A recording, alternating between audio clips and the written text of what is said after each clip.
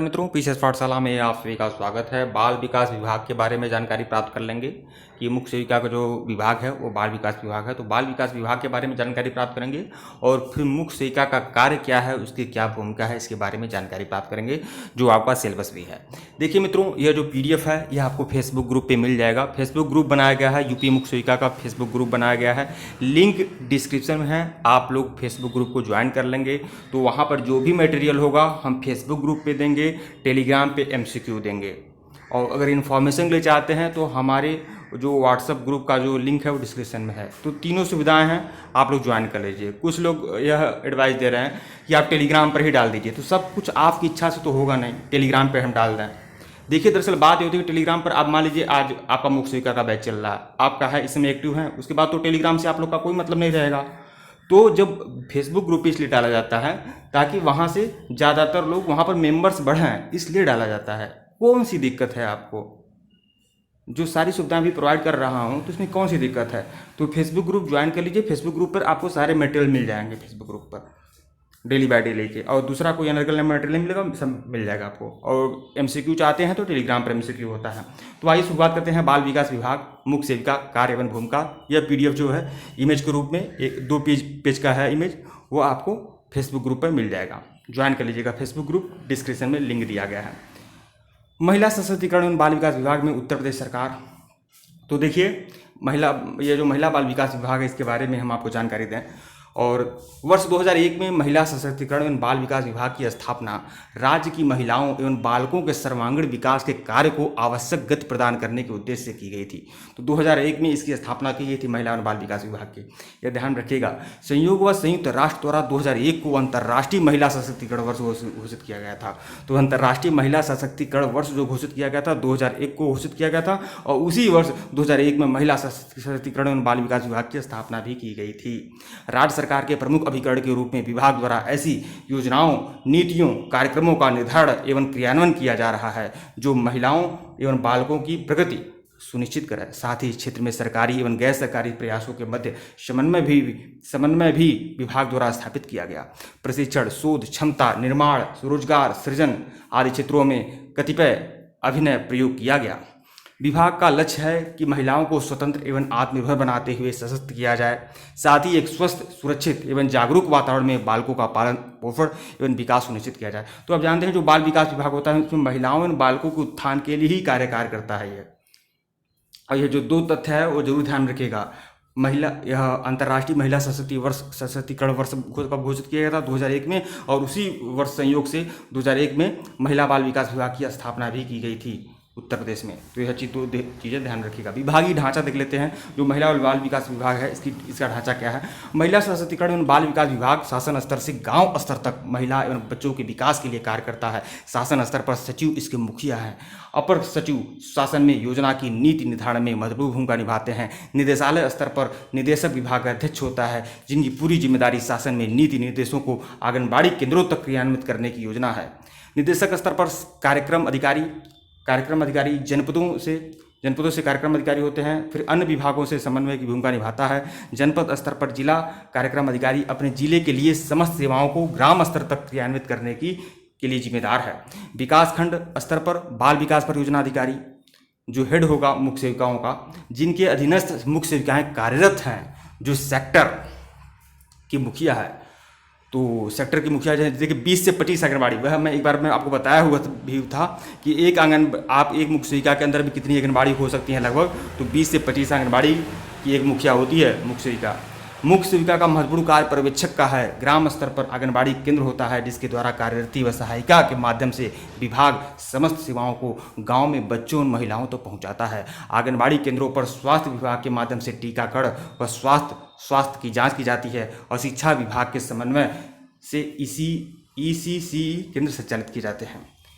तो कुल मिलाकर यह देखिए महिला एवं बाल विकास के बारे में, यह जो आपका टॉपिक है महिला एवं बाल विकास से संबंधित या कुछ इतिहास से संबंधित है कि महिला बाल विकास का जो भी आपका हिस्ट्री रहा है, और यह इसका विभागीय ढांचा।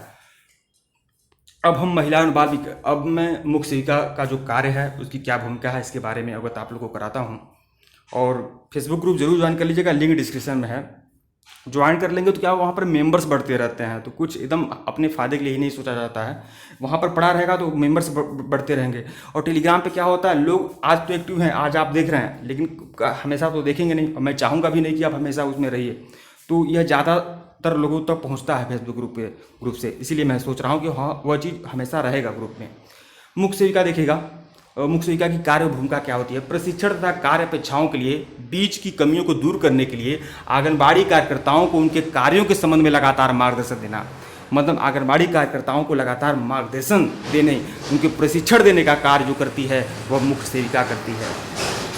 प्रति माह 15 से 20 आंगनबाड़ी केंद्रों का निरीक्षण करती है। महिला स्वास्थ्य निरीक्षका के साथ मिलकर हफ्ते में एक बार आंगनबाड़ी का निरीक्षण करती है, मतलब जांच करती है आंगनबाड़ी केंद्र की। तो यह जांच करने का कार्य भी आपका होगा और मार्गदर्शन देने का भी कार्य आपका होगा, मतलब मुख्य सेविकाओं का। स्वास्थ्य विभाग के साथ प्रति माह विकास खंड एवं सेक्टर स्तर पर आयोजित संयुक्त बैठकों में प्रतिभाग करती है और प्रगति की समीक्षा करती है, मतलब जो आशा कार्यकर्ती होती हैं उनकी भी समीक्षा करती है, उनको भी मार्गदर्शन और निरीक्षण करने का कार्य हमेशा करती है, प्रति माह करती है। आंगनबाड़ी के दौरे उसे निम्नलिखित कार्य करने होंगे, मतलब आंगनबाड़ी का जब वह दौरा करेगी मुख्य सेविका तो उसे कौन कौन से कार्य करने होंगे तो वह मैं आपको बता रहा हूँ। घरेलू सर्वेक्षण करने में आंगनबाड़ी कार्यकर्ताओं का मार्गदर्शन करती है। हर तिमाही में सर्वेक्षण के आंकड़ों को ठीक करती है और परिवारों और उपयुक्त लाभार्थियों को सही सूची बनाती है। देखिए, अब जो परिवार हैं, जो भी आंगनबाड़ी केंद्र हैं, अगर उसका जो परिवार हैं, जो लाभार्थी हैं, मतलब एक गांव में जो भी लाभार्थी हैं, महिलाएं हैं और बालक हैं, तो उनकी जो उचित लाभार्थी हैं उनकी सूची की जांच करती है और उचित सूची बनाने की सलाह देती है और सही सूची बनवाती है उनसे। सामाजिक और आर्थिक रूप से कमजोर लाभार्थियों और गंभीर रूप से कुपोषित बच्चों को सूची में सम्मिलित करवाना भी इनका काम है। मतलब अगर आंगनबाड़ी कार्यकर्ती कोई भूल कर रही है, कोई चूक कर रही है या कोई गड़बड़ी कर रही है, कोई भी भ्रष्टाचार कर रही है, तो उसको मार्गदर्शन देना, उसकी कमियों को उजागर करना, उसको सही सूची में लाना, वह मतलब मुख्य सेविका का कार्य है। कुपोषित बच्चों को सही उम्र का पता लगाना, उनका वजन कर देना। देखिए, इसीलिए मुख्य सेविका का जो क्या बोलते हैं, जो एलिजिबिलिटी है वो हाई रखा गया है, ताकि जहां निर्णय आंगनबाड़ी न ले पावे उसको मार्गदर्शन दे, उसको सही चीज़ की सलाह है। जैसे मान कुपोषित बच्चे जो हैं उनकी सही उम्र का पता लगाना यह मुख्य सेविका का कार्य होगा। उनका वजन लेना, वृद्धि चार्ट में वजन का अंकित करने में कार्यकर्ती का मार्गदर्शन देना, यह कार्य नहीं होगा, लेकिन जो कार्य वह करेगी आंगनबाड़ी कार्यकर्ता उसकी जाँच करेगी, क्योंकि उसको सब पता होगा मुख्य सेविकाओं को। खतरे की सीमा वाले बच्चों और माताओं का पता लगाना, फिर उन्हें प्राथमिक स्वास्थ्य केंद्र या अस्पताल भेजने में कार्यकर्ती की मदद करना। गंभीर रूप से कुपोषित बच्चे का स्वयं वजन करके उसे वजन की जांच करना और उसके स्वास्थ्य में सुधार लाने के लिए कार्यकर्ती का मार्गदर्शन करना। पाठशाला पूर्व गतिविधियों जैसी कहानी सुनाने की विधि का प्रदर्शन करना, मतलब जो आंगनबाड़ी जो कार्यकर्ता होती हैं उसमें 6 साल तक के बच्चे को पढ़ाया भी जाता है, तो पाठशाला व पूर्व गतिविधि जैसी कहानी सुनाने की विधि का प्रदर्शन करना, मतलब किस तरह से बच्चों को पढ़ाया जा रहा है आंगनबाड़ी कार्यकर्ता के द्वारा, उसको उचित तरीके से, मतलब पठन पाठन की जो उचित विधि होती है उसको बताना। खेलों का आयोजन कराना, आकृतियों रंगों की पहचान आदि के आयोजन में कार्यकर्ती का मार्गदर्शन करना, यह मार्गदर्शन करने का काम जो है क्या बोलते हैं मुख्य सेविका का रहेगा। पोषण और स्वास्थ्य शिक्षा दिवसों का आयोजन करवाना। कुल मिलाकर जो भी आंगनबाड़ी का कार्य होगा उस कार्य में परामर्श देने का कार्य और उचित परामर्श देने का कार्य या मार्गदर्शन देने का कार्य या उनकी समीक्षा करने का कार्य जो होगा मुख्य सेविकाओं का होगा। तो जो भी कार्य है और वही जैसे भी आंगनबाड़ी का कार्य है और उस कार्य की समीक्षा और मार्गदर्शन देने का कार्य जो है मुख्य सेविकाओं का रहेगा। देखिए, पोषण और स्वास्थ्य दिवसों का आयोजन करवाना, और पोषण और स्वास्थ्य दिवस का आयोजन करवाएगी, मतलब कभी भी गांव में ऐसा दिवस रख दिया जाएगा जहां पोषण और स्वास्थ्य दिवस की जांच की जाएगी, उसमें कार्यकर्ती को मदद करना। फिर कार्यकर्ती के अभिलेखों की जांच करना, कार्यकर्ती जो अपनी फाइल तैयार कर रही है उसके अभिलेखों की जांच करना और सही तरीके से अभिलेखों के रखरखाव में कार्यकर्ती का मार्गदर्शन करना।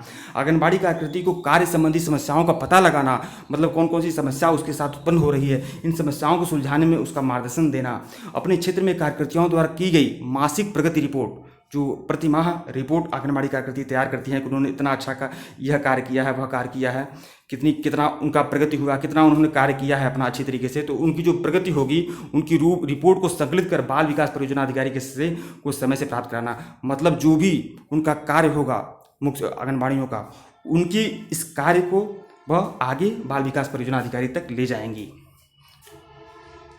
अपने क्षेत्र में आंगनबाड़ी कार्यकर्ती सहायिकाओं को मासिक उपस्थिति मानदेय हेतु प्रस्तुत करना, और जो उनका मानदेय होगा वह क्या बोलते हैं मुख्य सेविकाओं के सिग्नेचर से ही मिलेगा। मतलब अपने क्षेत्र की आंगनबाड़ी कार्यकर्ता सहायिकाओं की मासिक उपस्थिति मानदेय हेतु प्रस्तुत कराना।